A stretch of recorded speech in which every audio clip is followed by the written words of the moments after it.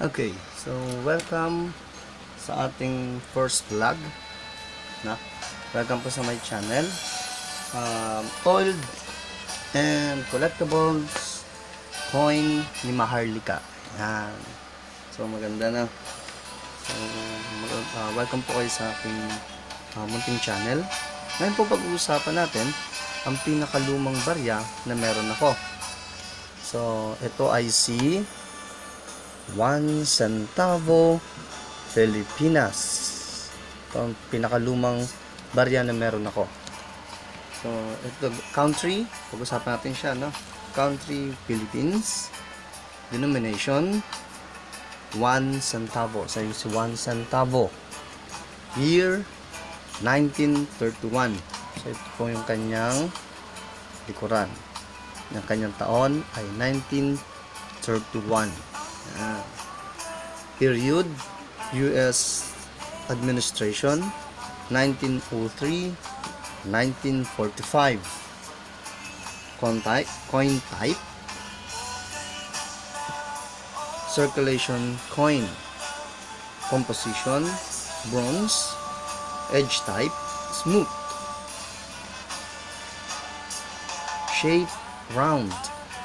Alignment coin 180 degree. Weight 4.7 grams. Diameter 24.8 millimeter. Thickness 1.45. So yan po yung kanyang specification, no? So ito is 1 centavo Pilipinas. Ito po yung kanyang harapan. Kung papansin po ninyo, yung lalaki ay nakaupo at siya ay nakaharap sa isang bulkan na meron siyang hawak na hammer.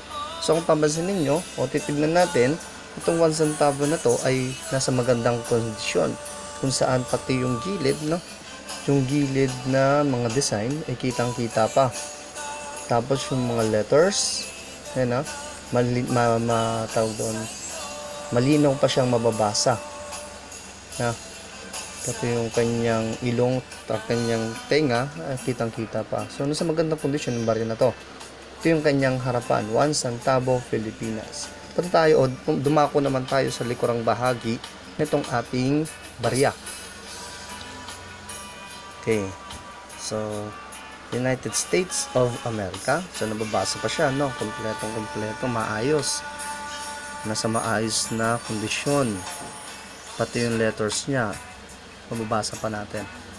At nandoon pa yung kanyang mint mark, no? Ito yung mint mark. Tapos yung kanyang taon o year 1931. So makikita po natin yung agila. So malinaw pa siya. Kung malinaw makita yung agila. Pati yung kanyang mga feather, yung mga design sa kanyang pakpak, no? Kita pa natin. Tapos meron din, parang meron siyang dala-dala rito isang uri ng halaman. Nakita pa natin pati yung kanyang mata.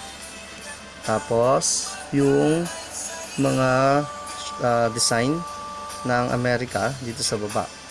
At meron pa maganda rito kasi kaya nga sabi ko mas magandang kondisyon dahil yung kanyang design na tulad ito, no? Makikita pa natin yung mga design na ito. Ito ay 1931 Philippine US coin yata ang tawag ito. Hindi nagkakamali. Okay. So, magkano nga ba sa panahon ngayon ang halaga ng lumang barya na ito? Okay. So, sa akin pananaliksik, ito ay nagkakahalaga ng 500 pesos sa eBay, no? O 500 pesos pataas. Sa NUN.ucoin.net ito naman ay nagkakahalagang 275 pesos lang ata. So mas mababa doon. Mas maganda sa eBay, medyo mas mahal siya.